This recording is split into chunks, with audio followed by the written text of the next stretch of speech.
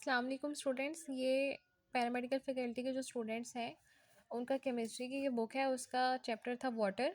उस वाटर वाले चैप्टर के 5 लेक्चर्स मैं पहले अपलोड कर चुकी हूँ, अब ये लास्ट लेक्चर है इसका। इसमें है removal of hardness of water. से पहले हम पढ़ चुके हैं कि हार्ड वाटर जो दो तरह के होते हैं, एक टेम्परेरी हार्ड वाटर और एक परमानेंट हार्ड वाटर। जो परमानेंट हार्ड वाटर उसको तो हम उसकी हार्डनेस को रिमूव नहीं कर सकते, लेकिन जो टेम्परेरी हार्ड वाटर है उसकी हार्डनेस को रिमूव किया जा सकता है क्योंकि वो आर्जी हार्डनेस है उसमें। ठीक है, तो रिमूव करने के हार्डनेस को दो तरीके होते हैं, क्लार्क का मेथड है और एक आयन एक्सचेंज मेथड है। अब क्लार्क का मेथड क्या कहता है? क्लार्क का मेथड कहता है कि अगर आप जो आपका हार्ड वाटर है उसके अंदर एक कैलकुलेटेड अमाउंट डाल देते हैं कैल्शियम हाइड्रोक्साइड की। कैल्शियम हाइड्रोक्साइड का जो फॉर्मूला है वो ये है।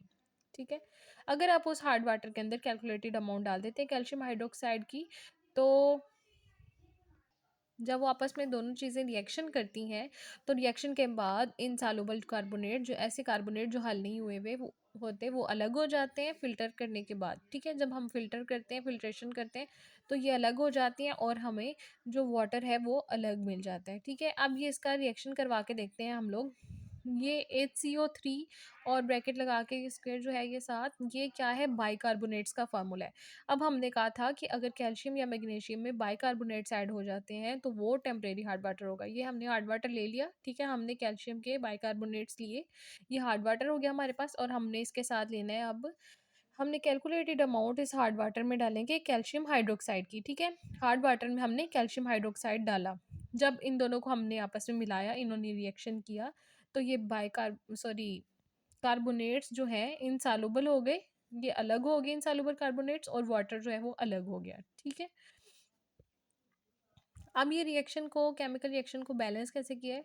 इधर 2 क्यों लगा है और यहाँ भी, और ये किस तरह से हुआ है मैं आपको बता देती हूँ। यहाँ हमारे पास अब देखें कैल्शियम एक ये है और एक ये है, 2 कैल्शियम के हो गए हमारे पास। अब हाइड्रोजन जो है, हाइड्रोजन आपके पास यहाँ पे एक ये, सॉरी 2 हैं, क्योंकि ये जो 2 लिखा है ना बाय, इसका मतलब है कि अंदर जितने भी हैं उन सब के साथ है। यहाँ पे H के पास क्या है? 2। यहाँ पे कार्बन के पास कितने हैं? 2। ऑक्सीजन के यहाँ पे कितने हैं? 3 2 बार 5। ठीक है, यहाँ पे 5 ऑक्सीजन हो गए। यहाँ पे कार्बन भी 2, हाइड्रोजन भी 2 और कैल्शियम भी 2 है हमारे पास। उसके बाद यहाँ पे देखा जाए, ये तो हमने पहले काउंट कर लिया। यहाँ पे ऑक्सीजन इसके पास 2 है और हाइड्रोजन भी यहाँ पे 2 है। तो अब टोटल हमारे पास 2 कैल्शियम थे। हमने ये वाला भी हमने इधर कॉमन में लिया 2, और हमने लिख दिया कैल्शियम। उसके बाद कार्बन भी हमारे पास 2 थे, हमने कार्बन भी साथ लिख लिया। ठीक है, उसके बाद ऑक्सीजन के यहाँ पर 5 थे और 2 यहाँ पे थे, क्योंकि हमें वाटर के लिए 2 ऑक्सीजन, सॉरी 1 ऑक्सीजन चाहिए ही चाहिए, वो हम अलग रखते हैं अभी। और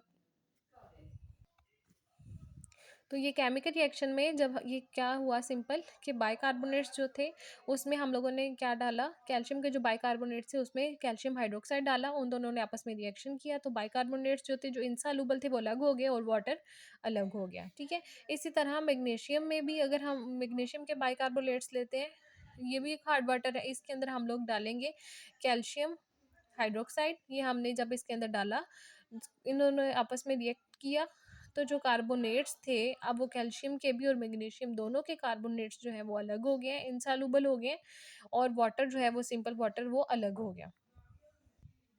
अच्छा, दूसरा मेथड है आयन एक्सचेंज मेथड।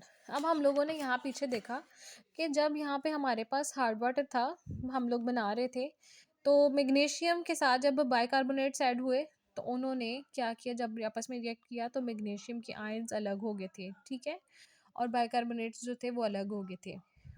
और यहाँ पे जो कैल्शियम था उसके साथ बाइकार्बोनेट साइड के जब आपस में रिएक्ट करें तो ये कैल्शियम के भी आयंस बन जाते हैं। तो कैल्शियम और मैग्नीशियम के आयंस जो हैं, हमने इधर यहाँ पे आयंस को ही एक्सचेंज करना है। ठीक है, इसमें आयन एक्सचेंज का ही मेथड यूज़ होगा। आयन एक्सचेंज के मेथड के लिए क्या ज़रूरी है, आप लोगों ने एक ऐसी चीज़ लेनी है जो आयन एक्सचेंजर के तौर पे काम करे। अब यहाँ पे हम आयन एक्सचेंजर के लिए कौन सी चीज़ का यूज़ कर रहे हैं? इस मेथड में सोडियम जियोलाइट जो है वो यूज़ होती है आयन एक्सचेंजर के तौर पे। तो सोडियम ज़ियोलाइट को हमने आयन एक्सचेंजर के तौर पे यूज़ किया। और जो सोडियम ज़ियोलाइट है, जब हम डालेंगे कहाँ पे सोडियम ज़ियोलाइट को, ये ऐसे जो पाइप हैं जो हमारे सप्लाई के पानी के, जिनमें से हार्ड वाटर गुजर के आ रहा है, हम उन पाइप्स के अंदर सोडियम ज़ियोलाइट डाल देंगे। ठीक है? तो ये जो सोडियम ज़ियोलाइट जब हम डालेंगे, तो वो जो पानी है उसके अंदर हार्डनेस जो है वो किस वजह से, कैल्शियम और मैग्नीशियम की आयन्स है उसके अंदर, हमने आयन को एक्सचेंज करना है। तो जो सोडियम ज़ियोलाइट है जब डालेंगे, तो जो सोडियम ज़ियोलाइट है किस में चेंज हो जाएगा, कन्वर्ट हो जाएगा कैल्शियम ज़ियोलाइट में या फिर मैग्नीशियम ज़ियोलाइट में, ठीक है? तो इन दोनों में चेंज हो जाएगा। अगर कैल्शियम के आयन्स उसके अंदर हैं तो सोडियम ज़ियोलाइट डलने के बाद वो कैल्शियम ज़ियोलाइट में चेंज हो जाएगा और सोडियम के आयन्स अलग हो जाएँगे। और मैग्नीशियम अगर के आयन्स यहाँ पे जो हार्ड वाटर आपका उसमें मौजूद है, तो आप उसमें जब सोडियम ज़ियोलाइट डालेंगे तो जो सोडियम ज़ियोलाइट है वो किस में चेंज हो जाएगा, मैग्नीशियम ज़ियोलाइट में, और सोडियम के आयन्स जो हैं वो अलग हो जाएँगे। तो इस तरह से जो ये दोनों चीज़ें हैं, कैल्शियम ज़ियोलाइट और मैग्नीशियम ज़ियोलाइट, ये पानी के अंदर इनसॉल्युबल होती हैं, इनके पानी के अंदर हल नहीं हो सकती। तो इस वजह से ये अलग हो जाती हैं पानी से, और जो है इनको फ़िल्टर करते हैं तो ये अलग हो जाती है और पानी अलग हो जाता है। तो इस तरीके से जो आयन एक्सचेंज का मेथड है, इस तरीके से भी हम पानी की हार्डनेस को रिमूव कर सकते हैं। उसके अलावा हम लोग देखते हैं कि डिसएडवांटेज ऑफ हार्ड वाटर, यानी कि डिसएडवांटेज कहते हैं नुकसानात क्या है हार्ड वाटर के। अगर हम उनको घर घर में देखें कि घरेलू नुकसानात क्या हैं, तो ये है कि हमने पहले ही पढ़ा कि हार्ड वाटर जो है वो क्लीनिंग एबिलिटी को सोप की इफ़ेक्ट करता है। तो जब हम लोग हार्ड वाटर को यूज़ करते हैं क्लीनिंग के लिए, वॉशिंग के लिए, तो साबुन बहुत ज़्यादा मिक़दार में यूज़ होता है, क्योंकि ये बहुत कम झाग बनाता है पानी के साथ, साबुन के साथ, ठीक है? ये हार्ड वाटर साबुन के साथ बहुत कम झाग बनाता है, इसलिए बहुत ज़्यादा मिक़दार में साबुन इस्तेमाल होता है। इंडस्ट्रियल लेवल पे इसका क्या नुकसान है कि ये जो पानी है, ये बहुत सारी ऐसी मशीनरीज़ यूज़ होती हैं इंडस्ट्रियल लेवल पे, जिनमें से कुछ ऐसे पाइप लगे होते हैं जिनमें से पानी ने गुज़रना होता है और पानी का इस्तेमाल होना होता है, और अगर उन पाइप्स में से, उन मशीनरीज़ के पाइप्स में से अगर ये हार्ड वाटर गुज़रना शुरू हो जाए, तो वो ख़राब होना शुरू हो जाते हैं, उनको ज़ंग लगना शुरू हो जाता है और वो गलना-सड़ना शुरू हो जाती हैं। हमारी हेल्थ पर इसके क्या नुकसान हो सकते हैं? हमारी हेल्थ पर इसका ये नुकसान हो सकता है कि जब हार्ड वाटर को पीने के लिए, लंबे अरसे तक पीने के लिए जब हम इस्तेमाल करते हैं, तो हमें मैदे के मसाइल होना शुरू हो जाते हैं, स्टमक डिसऑर्डर्स होते हैं, और ख़ास तौर पे जब पानी के अंदर मैग्नीशियम सल्फेट होगा तो वो हमारे मैदे को परमानेंटली वीक कर सकता है। अच्छा, अब melting, what is melting point? कोई चीज़ मेल्ट कब होती है? जब एक सॉलिड है ये, सॉलिड के अंदर जो पार्टिकल्स होते हैं वो बहुत करीब में आपस में मिले हुए होते हैं। जब हम इन सॉलिड के पार्टिकल्स को हम हीट अप करते हैं, जब हम इन्हें हीट देते हैं, तो ये जो पार्टिकल जो आपस में बहुत ज़्यादा जुड़े हुए होते हैं, ये बहुत ज़्यादा वाइब्रेट करना शुरू हो जाते हैं। जब ये आपस में वाइब्रेट करते हैं, तो ये आपस में एक दूसरे को धक्का देना शुरू हो जाते हैं। ये पार्टिकल इसको धक्का देगा, ये मालिक्यूल इसको, ये इसको, ये आपस में ये मालिक्यूल्स एक दूसरे को धक्का देना शुरू हो जाते हैं, यहाँ तक कि वो अलग हो जाते हैं। आपस में दूर-दूर हो जाते हैं। ठीक है? तो ये जब इस तरह से दूर-दूर होंगे, तो जो सॉलिड चीज़ है वो क्या हो जाएगी, लिक्विड में कन्वर्ट हो जाएगी, और वो पॉइंट के जिस पे आके जो सॉलिड लिक्विड में चेंज होता है, उस पॉइंट को बोलेंगे कि वो उसका मेल्टिंग पॉइंट है, ठीक है? तो मेल्टिंग पॉइंट पे एक क्वेश्चन है आपका। उसके अलावा क्या है, बॉइलिंग पॉइंट, कि वो पॉइंट जिस पॉइंट पे एक लिक्विड जो है वो गैसियस स्टेट स्टेट में आ जाता है, वेपर्स में कन्वर्ट हो जाता है, तो उस पॉइंट को हम बोलेंगे कि ये क्या है, उसका बॉइलिंग पॉइंट। और पानी का जो बॉइलिंग पॉइंट है वो क्या है, 100 डिग्री सेल्सियस, ठीक है? तो जिस पॉइंट पे आके पानी बॉयल होना शुरू हो जाएगा, उस पॉइंट को हम बोलेंगे ये पानी का बॉइलिंग पॉइंट है। उसके बाद अगला क्वेश्चन है, what effect the boiling point of water, कि वो क्या चीज़ है जो बॉइलिंग पॉइंट को इफ़ेक्ट करती है।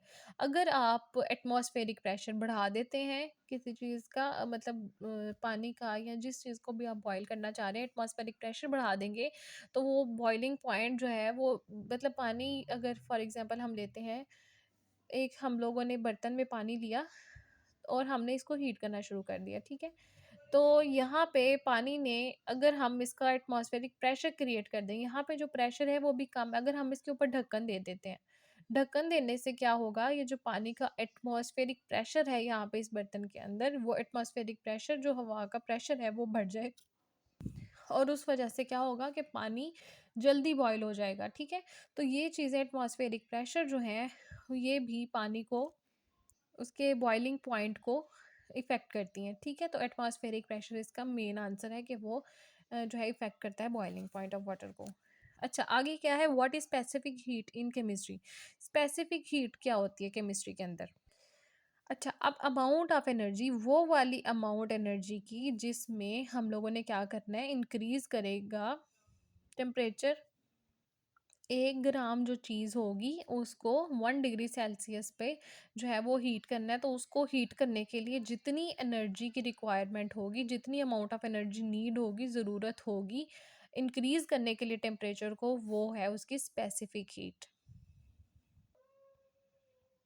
तो इन शॉर्ट स्पेसिफिक हीट क्या है कि आपको एनर्जी की वो मिकदार जो आपको टेम्परेचर बढ़ाने के लिए आप इस्तेमाल करते हैं, और टेम्परेचर कितना बढ़ाना है, 1 ग्राम अगर चीज़ है 1 डिग्री सेल्सियस पे उसका बढ़ाना है, तो जितनी अमाउंट ऑफ एनर्जी यूज़ होगी वो उसकी स्पेसिफिक हीट होगी।